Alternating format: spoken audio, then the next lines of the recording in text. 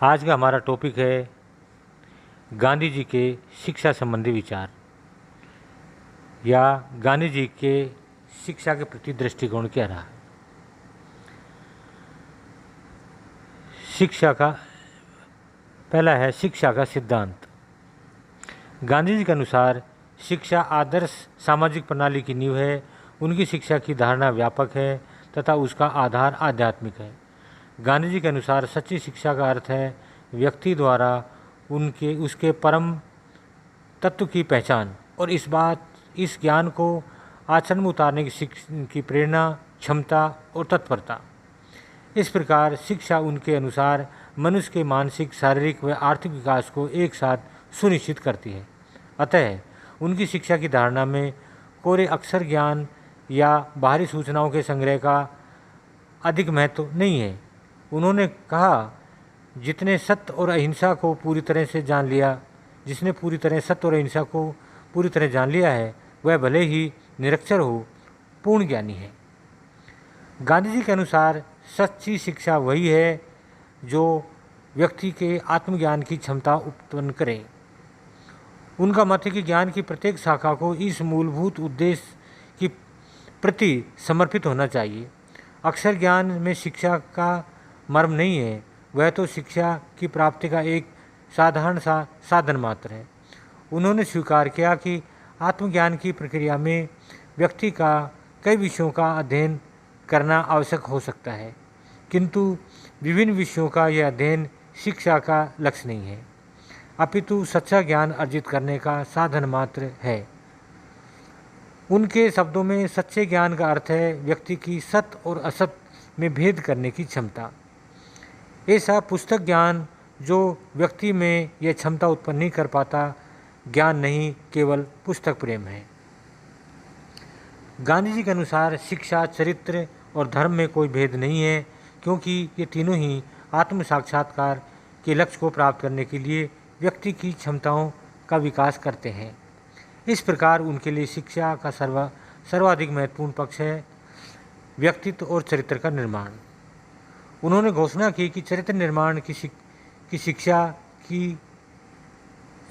ही शिक्षा की सुदृढ़ नींव होती है। गांधी जी ने शिक्षा की पश्चिमी पद्धति की आलोचना मुख्यतः इसी आधार पर की कि वह अक्षर ज्ञान और सूचनाओं के संग्रह पर अधिक बल देती है तथा नैतिक और आध्यात्मिक पक्षों की उपेक्षा करती है। गांधी जी ने शिक्षा की सामाजिक उपयोगिता को स्पष्ट करते हुए कहा कि शिक्षा का उद्देश्य केवल अच्छे व्यक्तियों का निर्माण करना ही नहीं, अपितु व्यक्तियों को समाज की सेवा के लिए प्रेरणा और क्षमता संपन्न करना है। नेक्स्ट है शिक्षा की योजना। गांधी जी ने शिक्षा की ऐसी प्रणाली पर बल दिया जो विद्यार्थियों को आत्मनिर्भरता के महत्व के प्रति सचेतन भी बना सके और आत्मनिर्भरता प्राप्त करने के लिए उसमें आवश्यक सामर्थ्य भी उत्पन्न करे। उन्होंने शिक्षा के माध्यम से बालकों में स्वतंत्र, समीक्षात्मक, रचनात्मक दृष्टिकोण उत्पन्न करने की आवश्यकता प्रतिपादित की। गांधी जी ने शिक्षा की जो योजना प्रस्तावित की उसे बुनियादी शिक्षा और उच्च शिक्षा के रूप में वर्गीकृत किया जा सकता है। पहला है बुनियादी शिक्षा, दूसरा उच्च शिक्षा। तो पहले का हम विस्तार से वर्णन करते हैं। बुनियादी शिक्षा।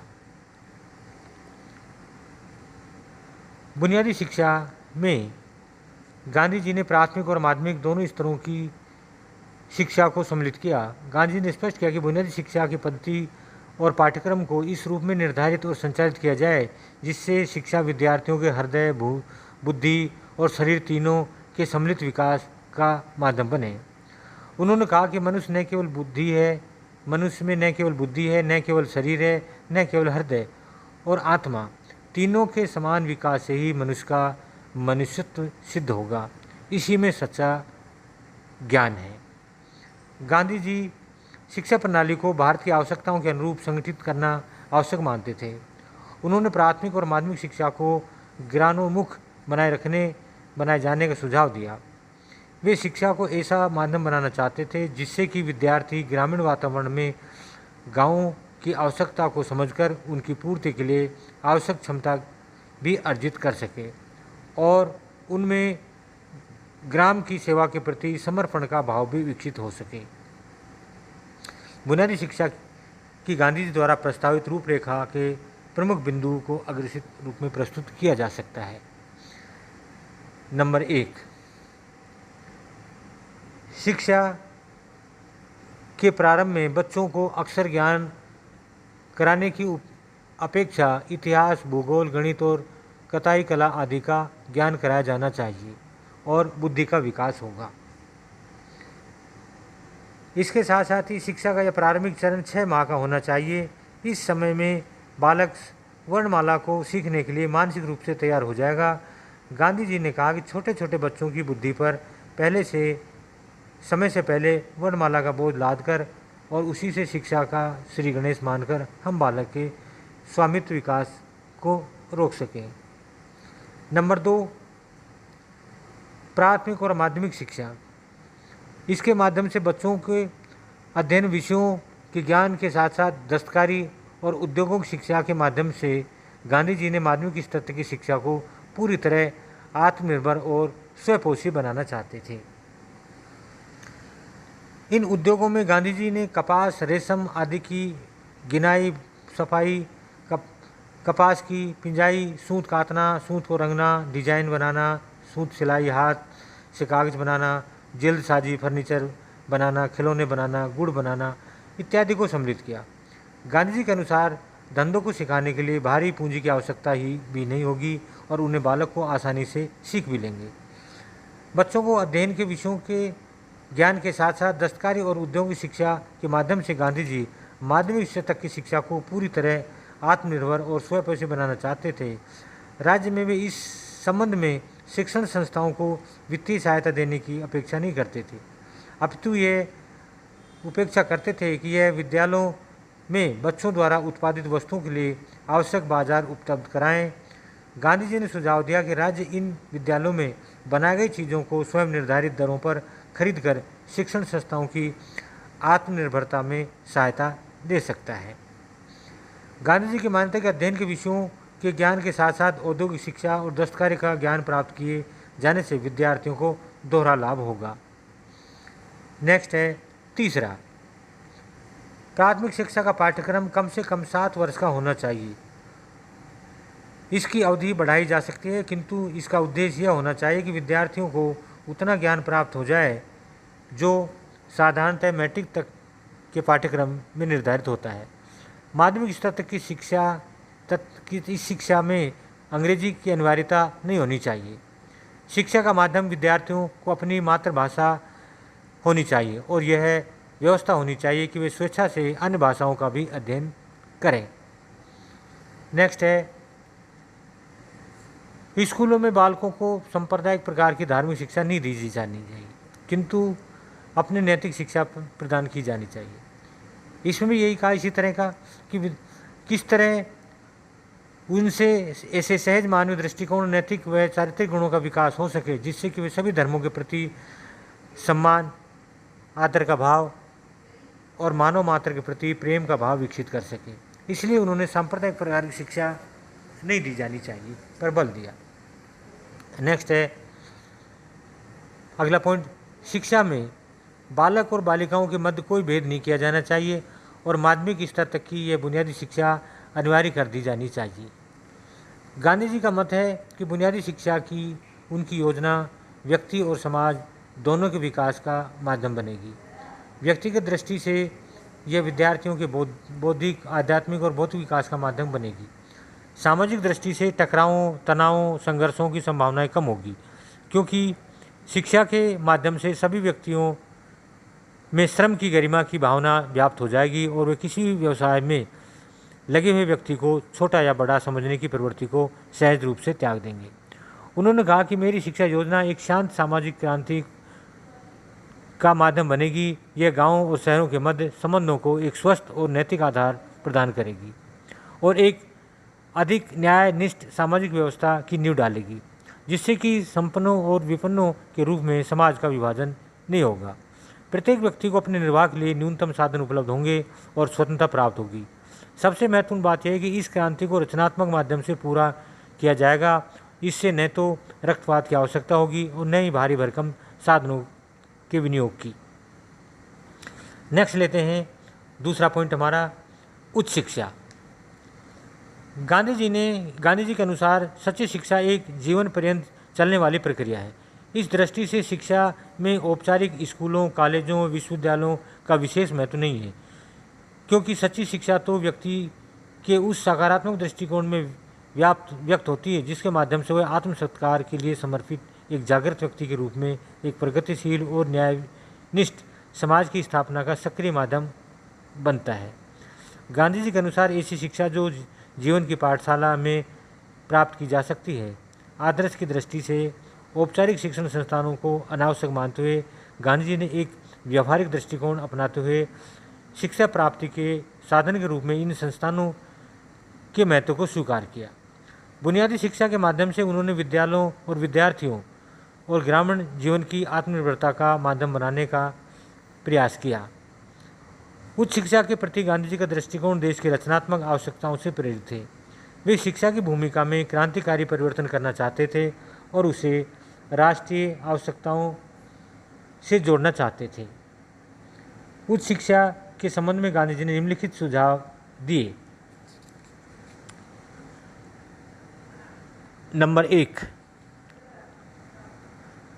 उच्च शिक्षा के प्रति गांधी जी का दृष्टिकोण देश की रचनात्मक आवश्यकता प्रेरित है। उच्च शिक्षा भूमिका क्रांतिकारी परिवर्तन करना चाहते थे और राष्ट्रीय आवश्यकताओं से जोड़ना चाहते थे। उच्च शिक्षा के संबंध में गांधी जी के सुझाव निम्नलिखित है। नंबर 1, उच्च शिक्षा पर होने वाले खर्च का भार राज्य द्वारा वहन नहीं किया जाना चाहिए। नंबर 2, तकनीकी और इंजीनियरिंग कॉलेजों पर होने वाले व्यय का भार औद्योगिक प्रतिष्ठानों को वहन करना चाहिए, क्योंकि वास्तव में ये कॉलेज इन्हीं प्रतिष्ठानों में कार्य करने के लिए स्नातकों को तैयार करेंगे। नेक्स्ट है तीसरा, कृषि महाविद्यालय स्वपोषी आधार पर संचालित किए जाने चाहिए। कृषि महाविद्यालयों की शैक्षणिक गतिविधियां अनिवार्य रूप से कृषि के व्यावहारिक उत्पादन से जुड़ी होंगी, अतः ऐसे विद्यालय अपना व्यय स्वयं अपनी गतिविधियों से ही पूरा कर सकेंगे। नेक्स्ट है, मेडिकल शिक्षा से जुड़े महाविद्यालयों को चुने हुए अस्पतालों के साथ संबंध कर दिया जाना चाहिए। इन अस्पतालों से धनाढ्य और संपन्न लोग ही अधिक लाभ उठाएंगे, अतः धनाढ्य और व्यापारी वर्ग मेडिकल कॉलेजों पर होने वाले व्यय का स्वेच्छापूर्वक वहन करेंगे।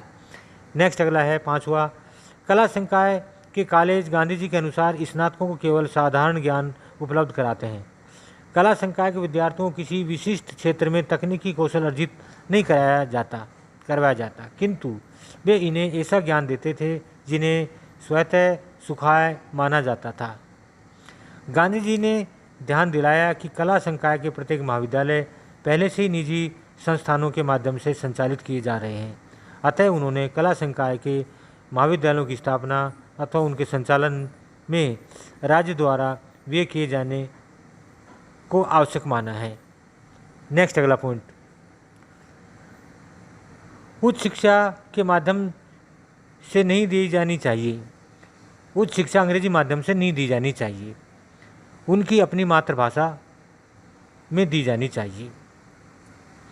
उनका कहना था कि विदेशी भाषा के माध्यम से उच्च शिक्षा प्रदान किए जाने से राष्ट्र की अपूर्णीय बौद्धिक और नैतिक क्षति हुई है। गांधी जी ने सुझाव दिया कि प्राथमिक शिक्षा की भांति उच्च शिक्षा भी विद्यार्थियों को या तो उनकी अपनी मातृभाषा में दी जानी चाहिए या किसी अंतर प्रांतीय राष्ट्रीय भाषा के माध्यम से दी जानी चाहिए, जिसका विद्यार्थियों ने प्राथमिक और माध्यमिक स्तर तक अध्ययन किया हो।